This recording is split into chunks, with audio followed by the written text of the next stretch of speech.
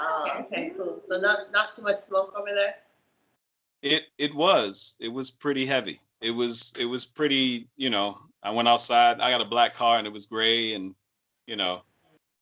the filtration system with the air conditioner. Oh, hey everybody. Troy Rawlings here. Welcome to another exciting episode of Meet the. I'm just talking to the ladies. You came in on the conversation. Talking about we usually don't date these shows, but we're talking about what's going on right now. It's 2020. We got COVID-19, quarantine, uprising, and now the world is on fire. So it's a lot going on in 2020.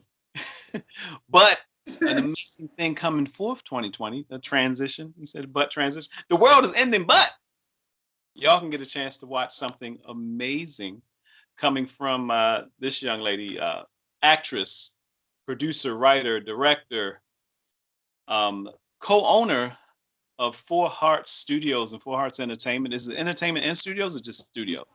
Yeah. Both. She's like, both. Yeah, that sounds good. Both. This Cici Foster, and with her she has two of the ladies from the cast of Symone the Web Series. Yeah. Yes, it's all right. I'm just gonna call it Shay Shay because they said Shay Shay was legal. You can't say the word. MASHARI and SHANEQUA. MASHARI. It's tricky. I know. Is it MASHARI? MASHARI. Make it French. MASHARI. You can call me Monsheri if you like. I was trying to make it French and I don't know a name, but if it MASHARI. Hey, I'll answer to anything with it. How are y'all? Y'all look like y'all having a ball, and I love the studio rooms. I love how it's set up there. How's everything going out there? And where are you? Are you in the Valley? Yeah, we're in Sylmar now. Mm-hmm. Okay. So is it safe out there right now? What's going on? What's the happenings? I was like, is it safe anywhere? Right. People don't understand what people in the industry really have to go through. These fires and stuff. You got to work under these pressures. Yeah. But y'all look at me. Like it's smokier here than it is where I am. Yeah, and it's even smokier in Santa Clarita. Yeah, a couple of days ago, it's like you had that orange haze, and it was just like the air was really bad. Yeah. So, yeah, it's better now than it was at least a couple of weeks ago. Prayers and love up to those who have lost property, lost houses, any people, animals. Animals are losing their mind. I don't know where the animals.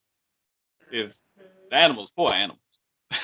Bad in Oregon right now too. So it's like the deadliest and the worst that it's been in this period. Right. The air quality and the fires and how much I think 10% of the population or 10% of everything out there has been ruined due to the fires. Yep. The world is on fire. You were correct. The world is on fire. It's uprising for real. So God's still rain down. We good. We get it. Yeah. I wonder how different our New Year's would have been if we would have known when we were walking. Oh my God. Like who celebrated for we real? We really still want to celebrate it the way you you're not going nowhere after this. This is it. You better enjoy every minute of it. I had an amazing baby boom this month if people had known what was going to happen. It's like, so, Cici, give us a little bit of background. Where are you originally from? Chicago. Me and my husband moved out here about 12 years ago.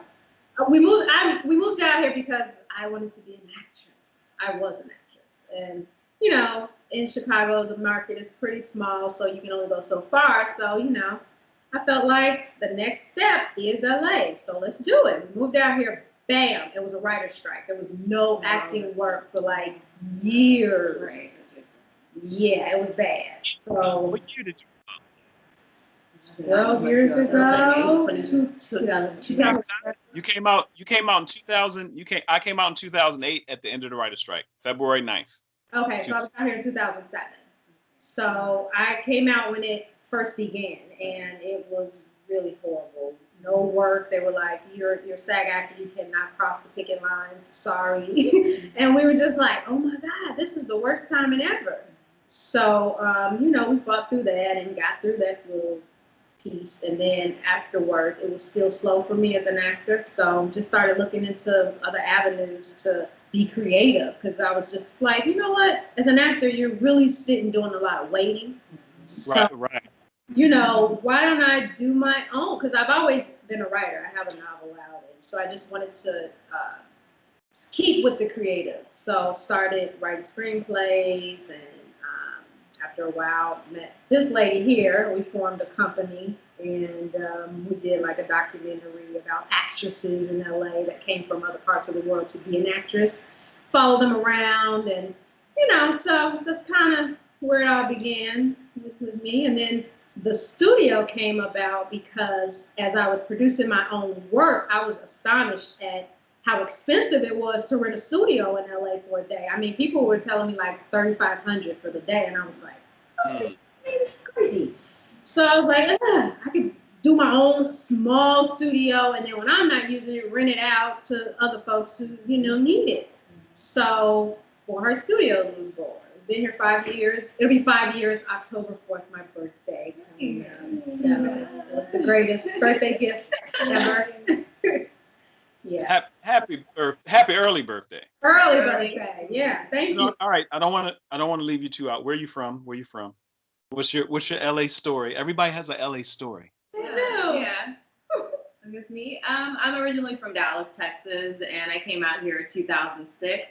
Same thing with Cici, acting, doing my own thing. I tried to follow, do college, did my whole IT thing, but I was like, I still wanted to do acting, and people were like, yeah, I know this person is production. So I kind of got my feet back wet and ended up doing a feature in Dallas. So I was like, okay, like maybe I can do this. And I started doing commercials, infomercials, all of that.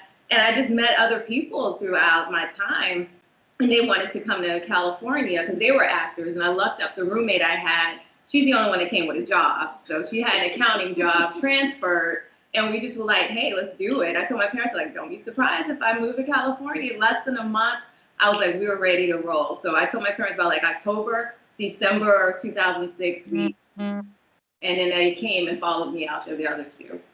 I've been out here ever since. So yeah. And then just the same, like you start working, and then you realize there's not enough jobs for you. And it's like, I came all the way out here. I was a big fish in a smaller pond. Now I'm like, I'm just lost in the shuffle. Right. So I started doing my own projects. And people were like, why don't you do your own? So I did a short film, managed to get that into a festival. Head got a little bit big. I'm like, okay, I can do this. And I managed to start linking up with people. And so I managed to meet, which we all mutually know, Jerry Jackson. Right. My man. That's how we know each other. Yeah.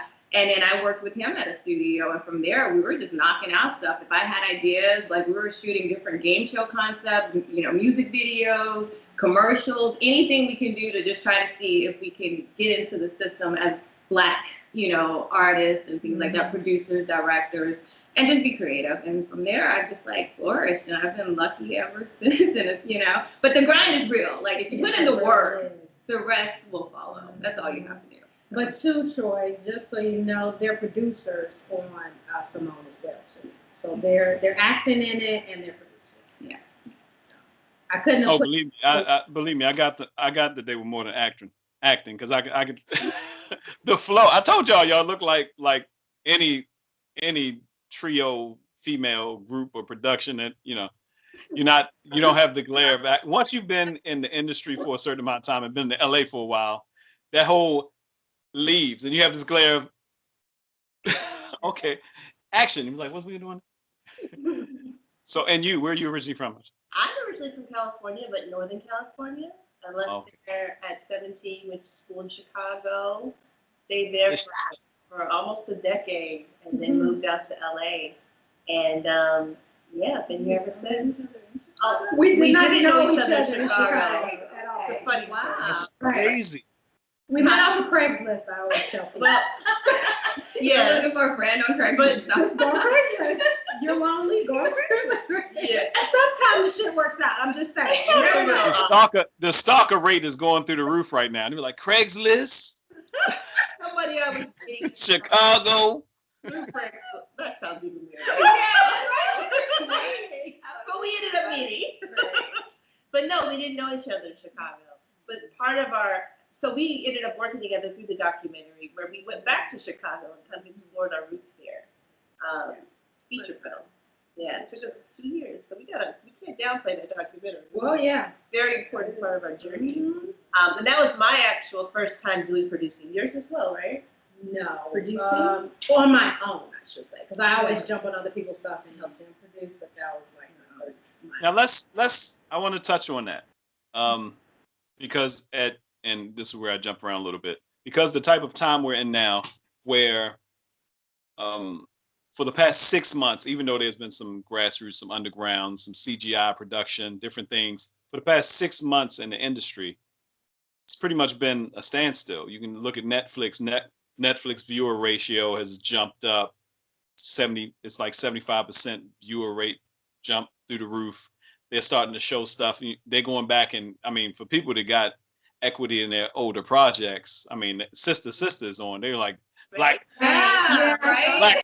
Sister's on. I got my daughter watching Sister, and when I looked at it, it was no offense, it was grainy. The quality is not the best. Yeah, it's like HD. it's off somebody's TV. It's like, you got a VHS from, bring that over here. We're gonna Right.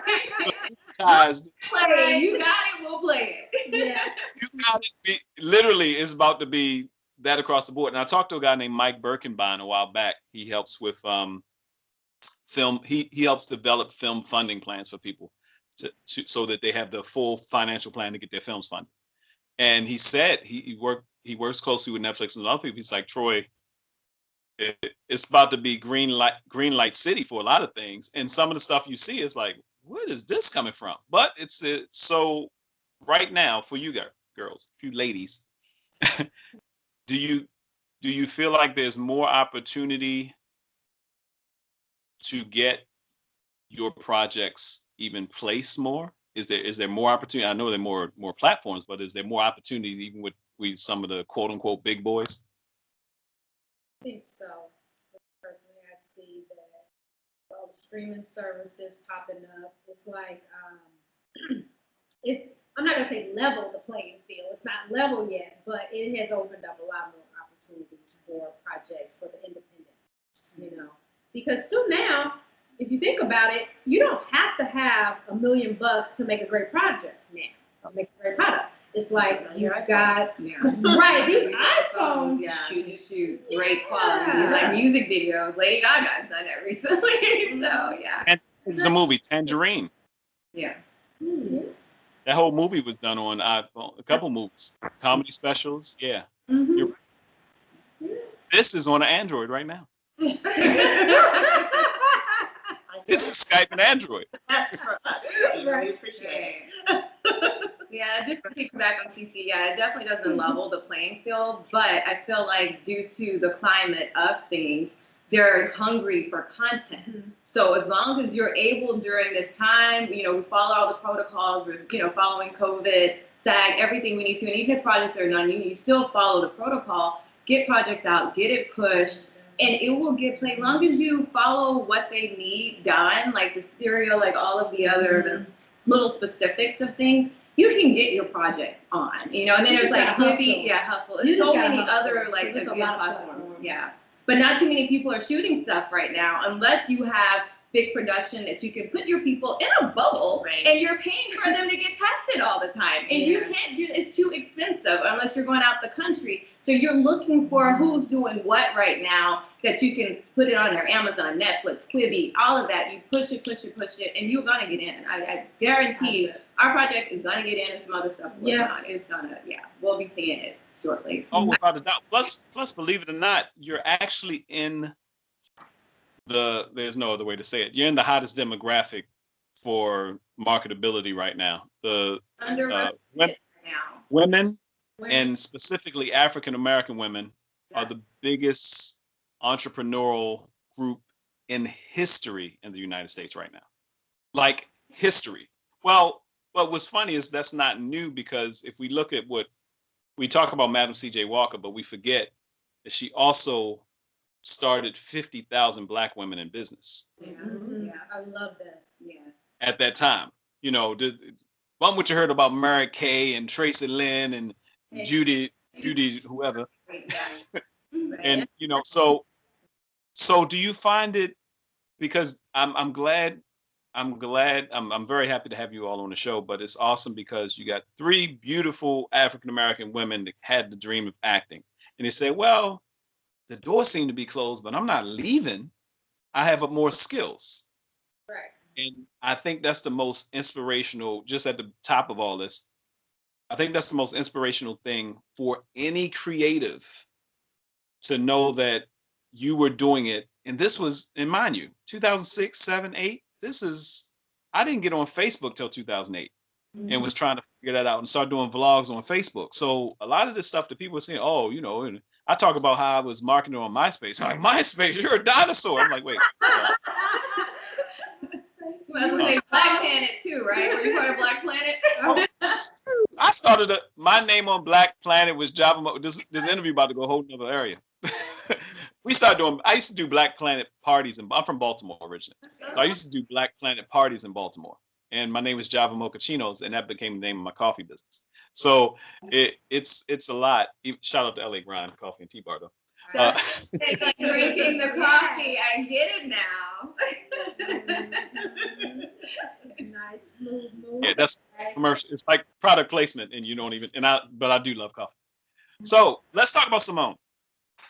Where did the idea come from? And give us as little as you can without giving it away, because that's the great thing about a web series. Mine is Cici.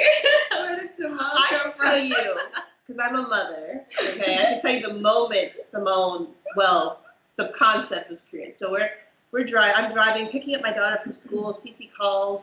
I'm like, hi, yeah, sure, huh, what's going on? She's like, we should get our production company going. We should do this. We should, I have a studio. You're an actress. Let's make something. I was like, girl, right now, my schedule, I'm just so, she's like, yeah, so we're going to create something. And you got to push her into a spot of being busy, Yeah, but Wait, she shifted from asking, this is what I think we should do. Like, girl, I ain't got time. Look, let me tell you what you're going to make time for.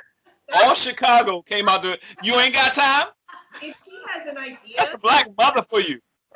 No stopping Cici, right? So I was like, okay, I guess we're gonna, sure, we'll do Cici, call me back like 2 days later. So what are we gonna meet to talk about what we're doing? It's like, hey, we give you time to think about it. Wait a minute. So then we met. Originally, the idea was I would write on it, get some other writers. She's a writer. We create this. We had the idea of creating a story surrounding her studio because it's already here. Why not use the studio as part of the story? We knew it was going to be a female lead, and we created, different things. But then she just decided to just write the whole series. Yeah.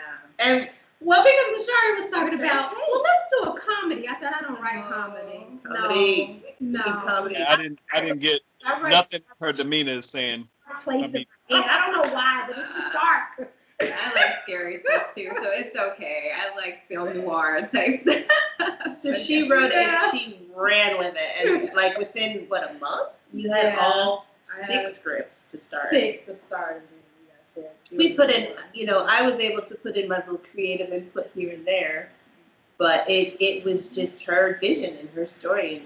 All right, Cici, sidebar. I got somebody for you. I got an amazing Black female editor that specializes in horror.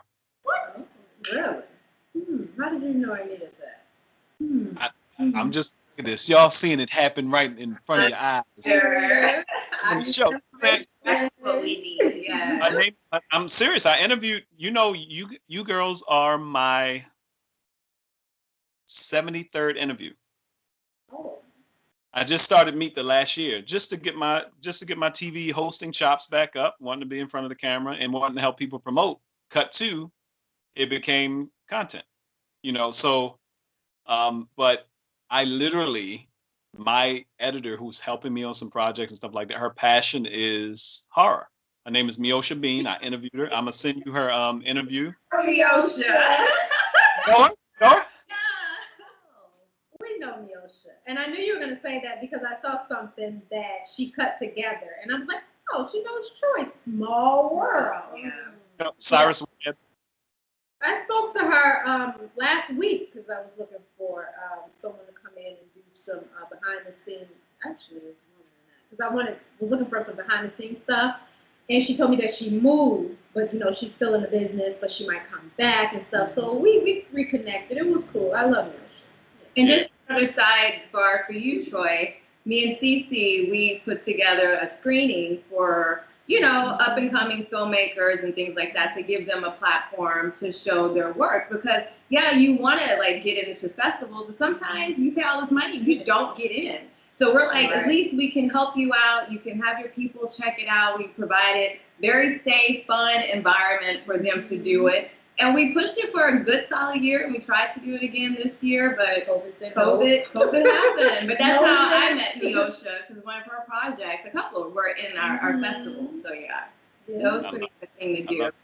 And the great thing about what you're doing right now is that we need and I'll talk to you more off camera about it, but we need workshop content right now. There are thousands of creatives that are stuck, some in Chicago, some in Maryland, some in DC, not realizing that it doesn't matter where you are.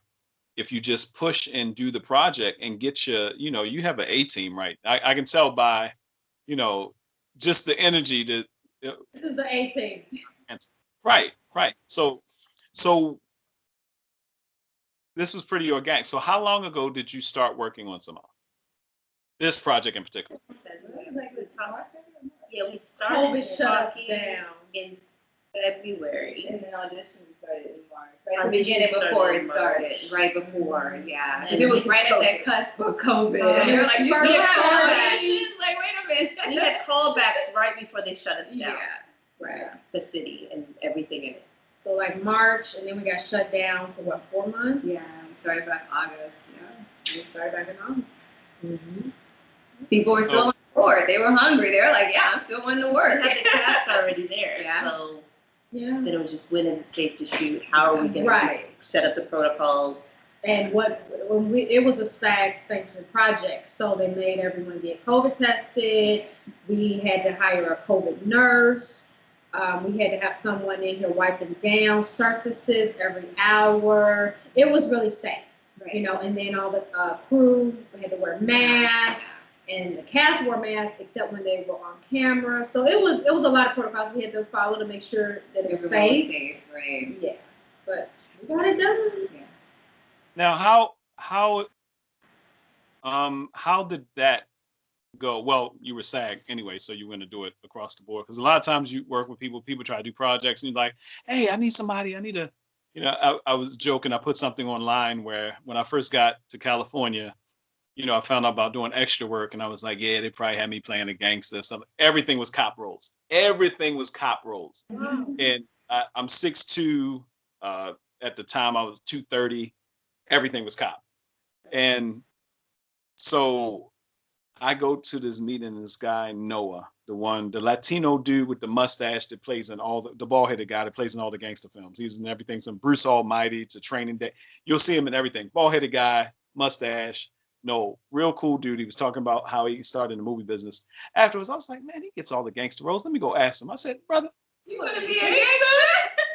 I didn't want to be, but I figured they were going to get me for some stereotypical something. Be a gangster. I was trying to reverse the stereotype. I was like, I'm not getting any. I was like, I figured they would want me for something, some kind of. All I'm getting is cop roles. He looked at me and said, I thought you were a cop. He said, I said, there's nothing wrong with that. There's no.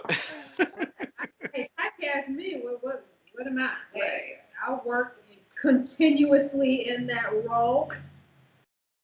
Hey, I'm now when it's time to go back, I would definitely want to play cop all the time. Everything I got, I was numbers, CSI, Criminal Minds. It was so funny after a while. I was like, hey.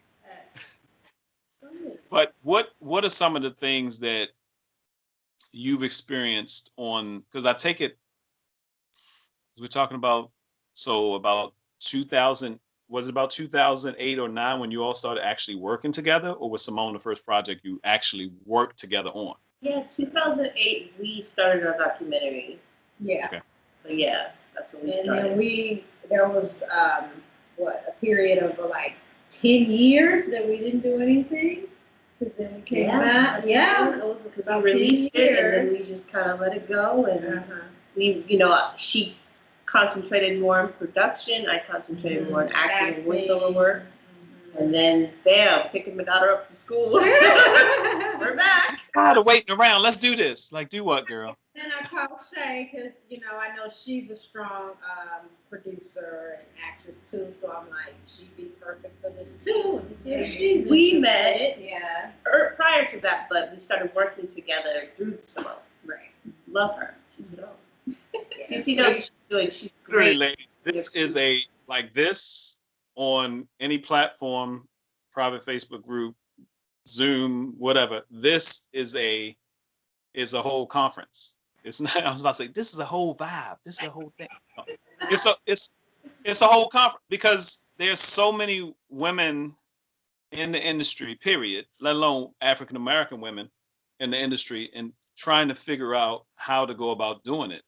And you're sitting there showing people, okay, just build it, get a team. It doesn't take you and somebody else or you and your come together as long as y'all on one accord. And what people don't know about the industry, oh, you still out in LA, you still doing your thing, oh, you still in entertainment, you still start picking, you still doing the little, they taking pieces of your soul. That was me on the show, right? I was like with the nails, you pick your character, you still doing a little. It's nothing little about pursuing your dream, but it takes a team. Yeah, play it right. Never. It takes big balls to pursue your dreams, and those people that call your thing little, they're inside them. It's a jealousy thing. They're jealous that they don't have the balls to follow their dreams, and you do. So they're going to downplay what you're doing and call it little. There is nothing little about following your dreams, packing up your damn house, your kids, and coming to a place where nobody, you don't start have from scratch, no money, live in a prayer like. Okay, I don't know how this is gonna happen. You have faith. It's gonna happen. Yeah. And I think I speak for Cici too when I say that we're very much about the what we want and the how just kind of figures itself out. It does. That's been your whole life. That is my life. That's my life too. That's how I live. Put it out there, and like I said, you go out on faith. That's all you can do. And know that it's gonna happen. I have this inner knowing that no one can take away from me. When I know something, you put your mind to it. You're gonna do it. And then it's like the universe just conspires to make it happen. And also, I think every actor should produce at least once in their life. So they need that experience. What goes the detail of how to put a project together and from also beginning to end.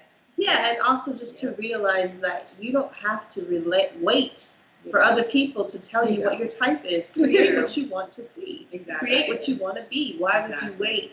And that's the thing. Honey, you be waiting around till you like 75 years old before that perfect phone call come in for that perfect role that you've been waiting on. Create that role. It's no reason not to now. We talked about cell phones. Everybody have this now. You get together with your crew, your team, write something. If you can't write, it's plenty of people that sends me scripts all the time and say, hey, look, can you produce this? I don't need any money from you. I just want you to produce it. They want to see their work, finished. So it's where there's a will, there's a way. It's like you really don't have an excuse now. No. You don't. Right. Yeah, don't wait. So are all of you married and have kids? Married with kids. I have 2 children. With 1 child. 1 child. And you have someone but no kids. Okay. No, because I was wondering if being like Cici, you mentioned you and your husband packed up. What does your husband do? I see, well, he's involved with this, so. Right. Well, before he used to work at Ford Motor Company. Okay. I convinced him to let go of his 6-figure job to follow me on a dream to LA. That's some strong woman stuff. I convinced him to leave his 6-figure job. When she sets her mind to something. I'm trying to, y'all know I do the sex, love, relationship stuff. So I'm so trying to keep this at least PG-13. I was like convinced, because I was about to delve into convince. Makes me convince. Oh, no, you just going to work and I ain't coming to work no more. He does know he's the manager, right? You've been here 20 years. Well, ain't gonna be no other days. My baby need me.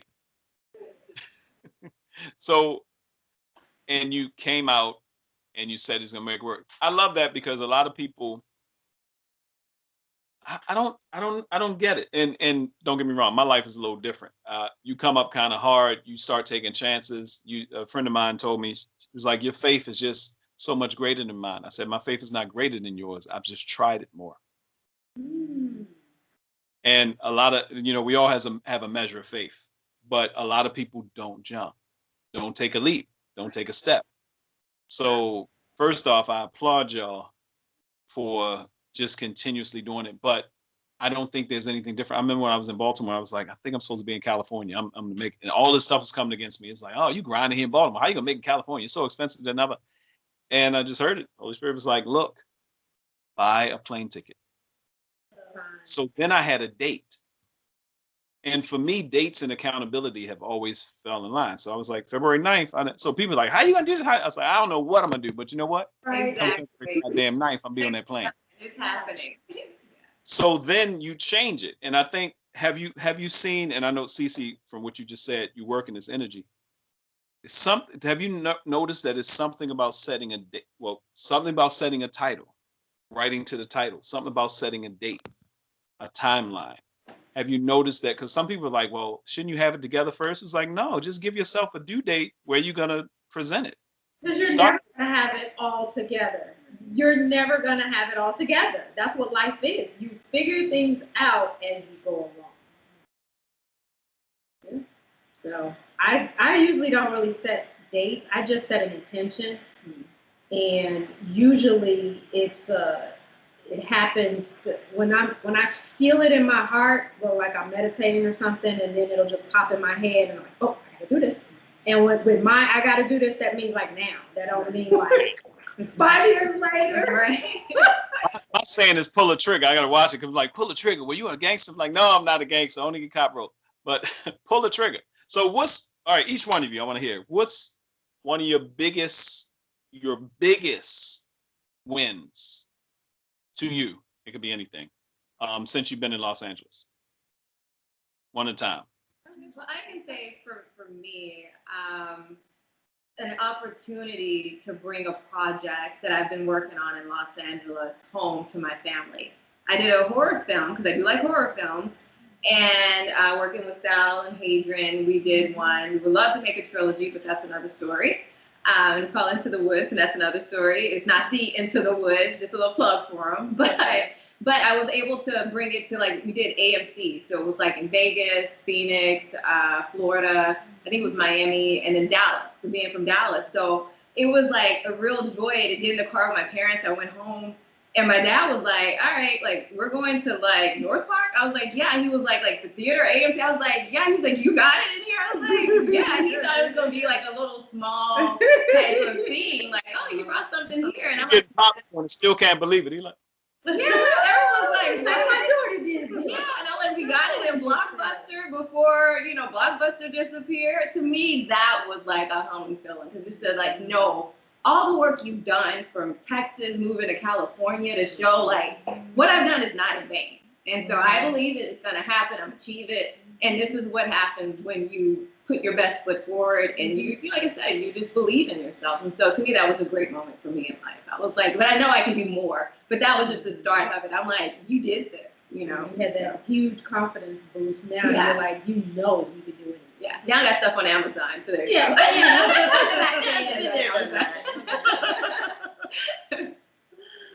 Awesome. Another big win. For me, win is, I would have to say, building this studio. It's something that it was very challenging because in LA, no one wanted to rent to a production studio. They're like, no, you're going to have all this traffic coming in here, taking up the parking lot. You're going to be loud. You're going to be this. You're going to be that. So I can't tell you how many times we got turned down when we was looking for a space. And it's just step one, finding the perfect space, And the average person probably would have said, yeah, probably not, I'm going to give up. But me, no, I'm like, this is going to happen. I'm going to keep going. I don't care if I have to talked to 100 landlords. One is going to say yes. And inspirational story, the landlord here, his name is Manny. Manny is one of my inspirations because Manny came from Mexico like 20 years ago, and he said he had $250 in his pocket, didn't speak the language. He has like 8 or 9 of these commercial properties now. So I look at him and I'm like, people like that, like I have no excuse for nothing. If he can come here and just be dropped in a place where he don't speak the language, he don't know anything about the culture, and then acclimate himself to create something like what he's created, then I'm born and bred here. I should get it figured out, you know. Right. So the studio I would have to say is my biggest accomplishment. I'm just grateful I haven't given up yet. That's a huge win. Not only not giving up, because not giving up has taken you to get that phone call. Like, girl, I need you. Like me, you. Yeah, I mean, there were a few career highlights that I look back on. You know, I booked 2 network shows, guest roles on network shows that aired the same week. I had an animation series. She's so humble. She's not going to tell you her resume, but if you look on network TV, you'll see this face there. She's been on some heavy duty shows with Shonda Rhimes and all that stuff. Go ahead, Symone. Well, the 2 shows that aired the same week were Grey's Anatomy and Criminal Minds. And what was so cool was just not only being able to work with the most amazing casts on the planet and being in the same space as them and seeing myself as one of them, even if they didn't consider. I was like, I am a series regular today.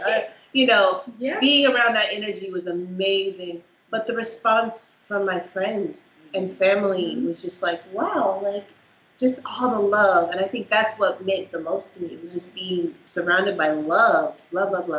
So, you know, and then being on some really great animation shows and just seeing the fruits of my labor where everybody else can see it. Yeah, right.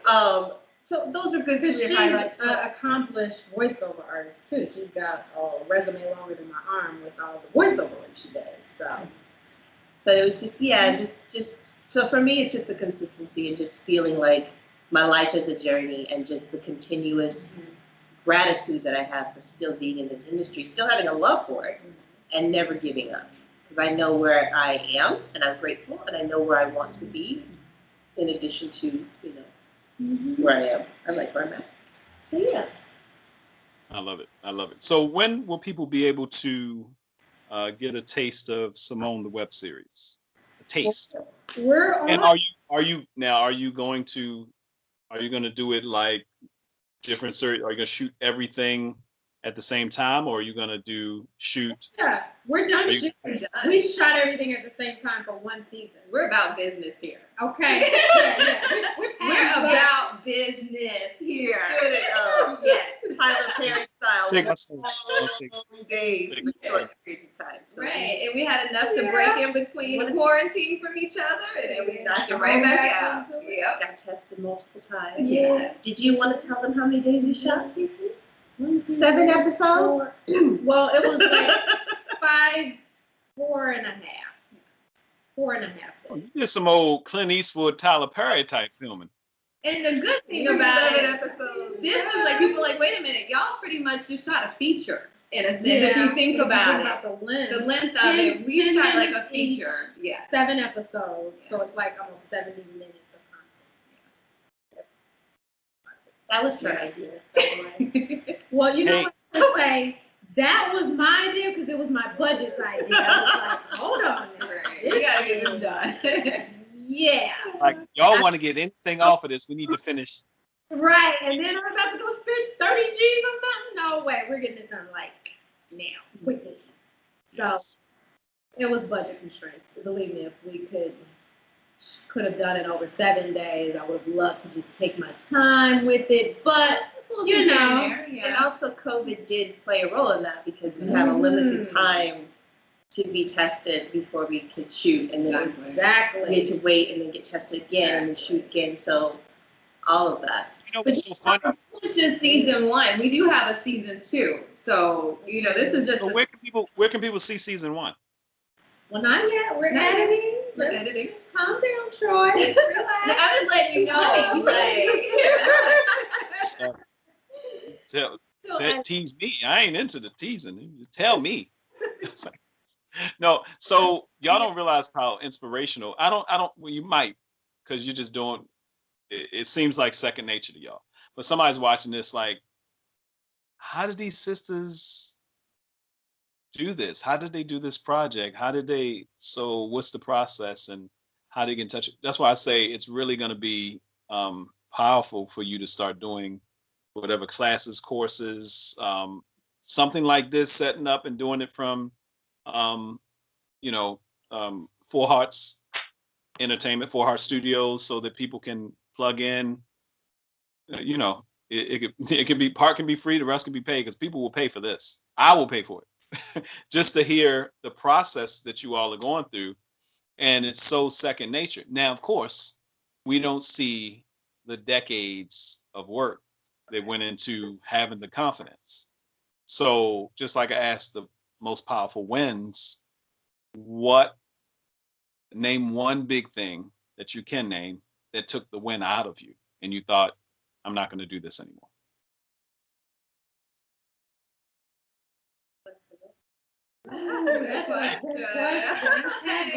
Editorial pause there. It's like Right.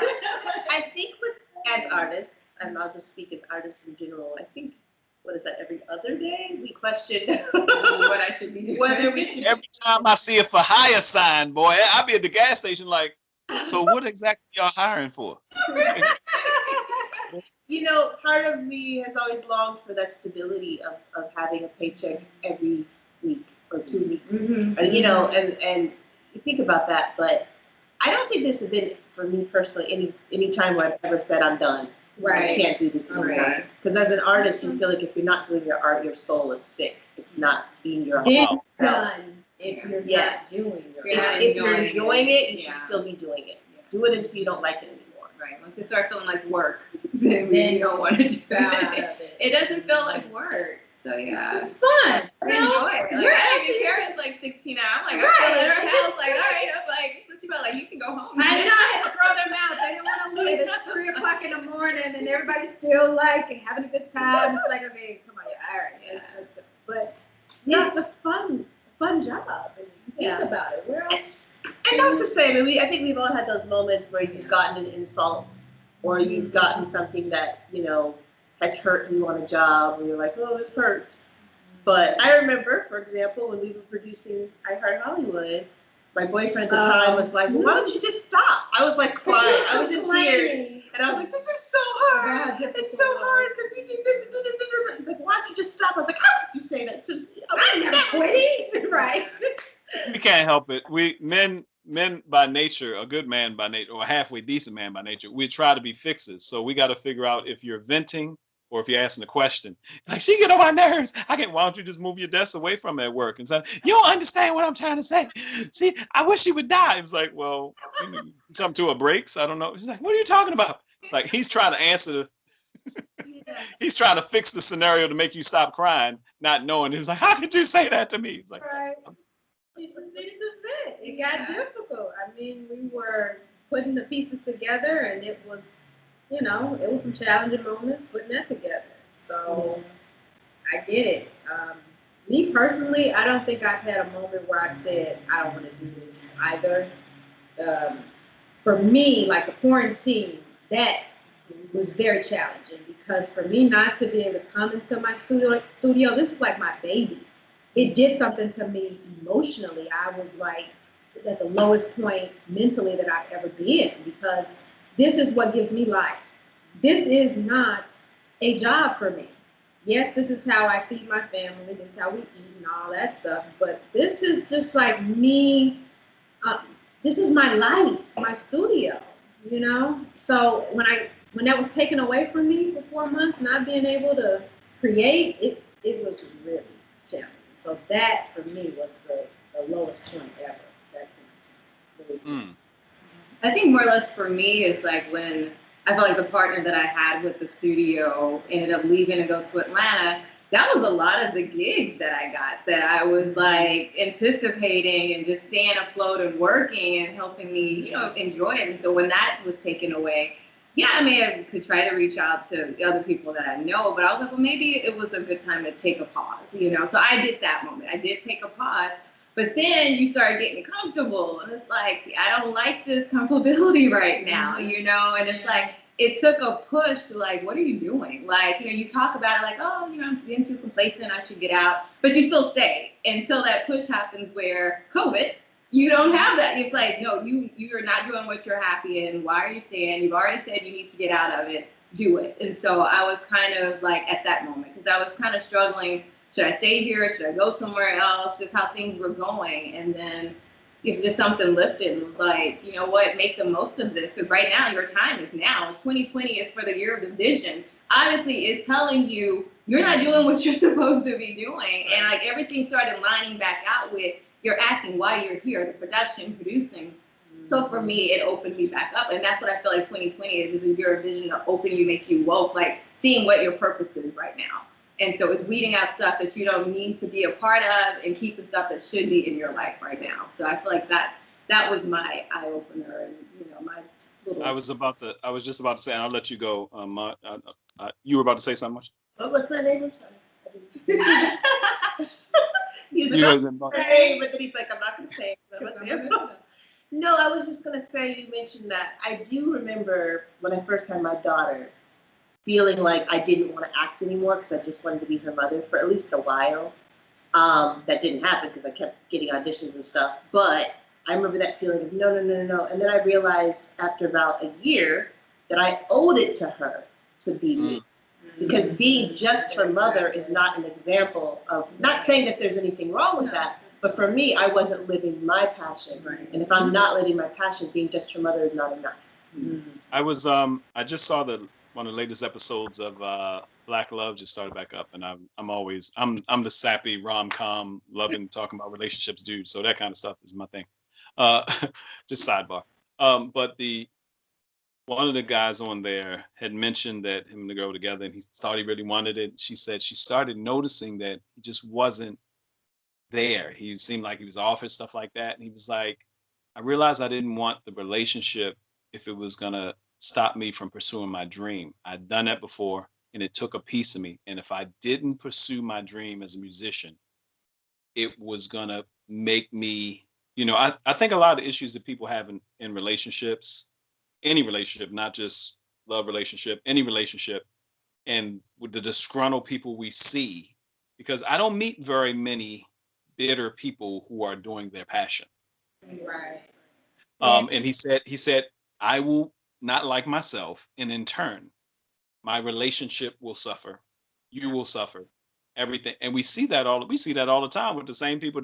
We see people working 9 to 5s, and like, and they all, for people to be working a 9 to 5, making more money than us, and have this long list of why we shouldn't be doing what we don't. It's like, so why are you saying this? You start looking at them like, is there something I'm missing? It's like, I just don't understand how you out here pursuing a dream, because it elevates you. What's the biggest? And we'll get out of here because I know we're running on. We can roll. What's the biggest? What you say? You got somebody coming? Yo, folks are coming. I hear them pulling up outside. Oh Lord. So last one. What's the biggest thing that COVID taught? And you kind of touched on it, SHANEQUA. But what's the biggest thing that COVID has taught you about yourself? What is the biggest thing COVID taught? That you don't have to wait right before COVID happens. She has to let them know something right quick. Yeah. No, out by the door. No, go ahead. Right before COVID happened, I was in the process of following this particular agent that I love to different agencies. And the last agency he ended up with, I didn't want to go with. So I just said, I'm going to pause. I love you, but I can't just love you and sign with a place I'm not comfortable with signing. So I took a break from having a TV agent, and then COVID happened. I was like in the process of looking for a new rep when COVID happened. And I realized, you know what? instead of looking for a new rep, I was already in the process of thinking how I can create something for myself. So for me, I am more about creating my own work, writing, producing, and getting my own stuff out there than I am looking for an agent that can get me the opportunities. So I think for me, it's just, that's what it taught me. You can't wait for other people and lean on them to get you something. You have to be able to do it yourself. So. Yeah. I love it. I love it. All right. Oh, that's I know from everybody. Okay. Yes, everybody. Okay. Well, COVID also, like, to piggyback off of MASHARI, but I felt like with COVID, I lost the stability that I had, which is fine, you know, and like things happen. But it pushed me, like I said, back into production and acting and things like that. So I started doing more, you know, exercising my chops. I started doing more monologues. I'm like, why just sit up in a house and just be upset and complaining about like, oh, I'm not working, I'm not doing anything. I'm like, do something about it. You know, I'm like, they're going to be looking for us. They're going to be looking for people who still, you know, want to do this within this climate right now. So I'm like, put yourself out there. And so when, you know, Cici was ready to shoot, I managed to book myself a feature that I wasn't even prepared for. And so I managed to do that during COVID, you know. And I'm like, to me, you can't wait around and just expect things to happen for you. You have to go out there and make it happen. And you can't give yourself excuses. And I felt like COVID was not going to be my excuse. I'm like, we waited around long enough. It's passed. Now just follow the protocol. You know what? Reach. Oh, sorry. You know, we are like, wash your hands like you're supposed to. Wear your mask like you're supposed to. Distance yourself. Get tested. Just do the right thing so we can get past this. You know. And move on with our lives. But I use that time. I'm like, I'm not going to sit around and do nothing. I'm like, I'm going to use the Zooms. I'm going to use these, you know, platforms we have, get back in connection with people that I know. And they're doing, like I said, the Zoom meetings with other, like, Orion pictures, like other people watching you. And I'm like, all it's doing is opening me up to other people knowing who SHANEQUA is. And that's all I can do at the end of the day. Is so they know who I am, hopefully remember, and move on. At least I know I'm doing what I want to do, my purpose. And I didn't wait around and say someone's going to do it for me. So that's what it taught me. Never wait on someone else to do it for you. You can't, or you might be 95, 100 years old waiting on folks. Because I can't tell you how many times someone has told me, oh, I'm going to do this for you. And they just, people do a lot of talking here in LA. You know, I'm so over all that, what I can do for you. It's like me, I've taken on, COVID didn't teach me this, but what can I do for myself? You know, so, but COVID, I guess it just, like I said, it was hard for me because I wasn't able to be here, what I really, really wanted to do. So I just started writing a little bit more, and it set me down to where I'm like, okay, I'm at home, I have nothing to do now, write more, you know, so it was that, but yeah.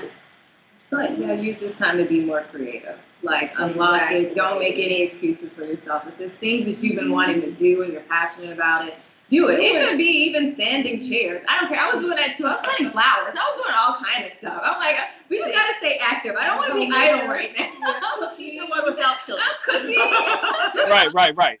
Because when you got children, you believe me, you can get lost until somebody call you. I got an 8-year-old. So you're like, Troy, what you been doing? Being a dad. Right. What you been doing? It's like, believe me, it's a full time. Oh yeah. But hey, I wanna say first off, thank you. More than inspirational. I definitely want to talk more about how I can be of service to help put the word out there for the productions and everything you're doing as far as, and also getting people to you when it's time and properly done and all that stuff. But I'm excited about Symone the Web Series and everything else you got going on. And take a piece from Cici. For all those people that's been sitting around for 5 or 6 months complaining and you're creative and you didn't write your book, your script, or film anything, you have no excuses. iPhone. Or iPhone, anything. So give us all your information before we get out of here so people know how to get in touch with you. Well, I am so bad with social media. If you can find me, I think I'm at MASHARI BAIN OGUNYOKU. My husband's left. I'll get it and it'll be below, folks. Just in case you need that to. works. I didn't even like thank you. And I'm on Facebook. MASHARI BAIN OGUNYOKU. Yeah, but check out the website for the studio. It's Four Hearts Studios with the S.com, and then you can see all these great sets here and rent them when the time is right for productions. So. Well, I'm SHANEQUA363 on Instagram. I'm also on Facebook, Shaniqua Reed, and you might can find me on TikTok, but I'm not sure if that's a good idea. I'm still playing around with that. Too much time on my hands, right? No judgment here. No judgment. IG Reels. I'm trying to say, She learning it all. She's the social media queen right here. She's good. Yeah. Thank you. Thank y'all so much. Thank you, Troy. Appreciate you. And we'll be looking out for Symone the Web Series season 2 and season 1, because season 1 hasn't. She's like, wait, pump your brakes, Troy. So she's finished season 1. Yes. She's finishing. Well, you guys are in the. We're editing season 1. Yeah, we're in post-production on season 1. We don't have a release date yet, but she'll keep you posted on that. Yeah. But season 2, just letting you know, we're not done. I was just letting you know, we're not done. There's going to be another one. It's an introduction to Symone. Give you a little taste of Symone. Then the real stuff going to happen in season 2. So that's why you just got to know the 2 is coming. We're not going to leave hanging. On IG, make sure you follow the hashtag Symone the Web Series to stay on point. Follow. All the information will be below. Thank you, Cici, Shaniqua, and Look, he's looking like MASHARI. MASHARI, Ari, and MASHARI. Sorry. Now I'll never forget MASHARI. Yes. Yeah, there you go. Well, thank you, Troy. Thank Thank you. you, Troy. All right.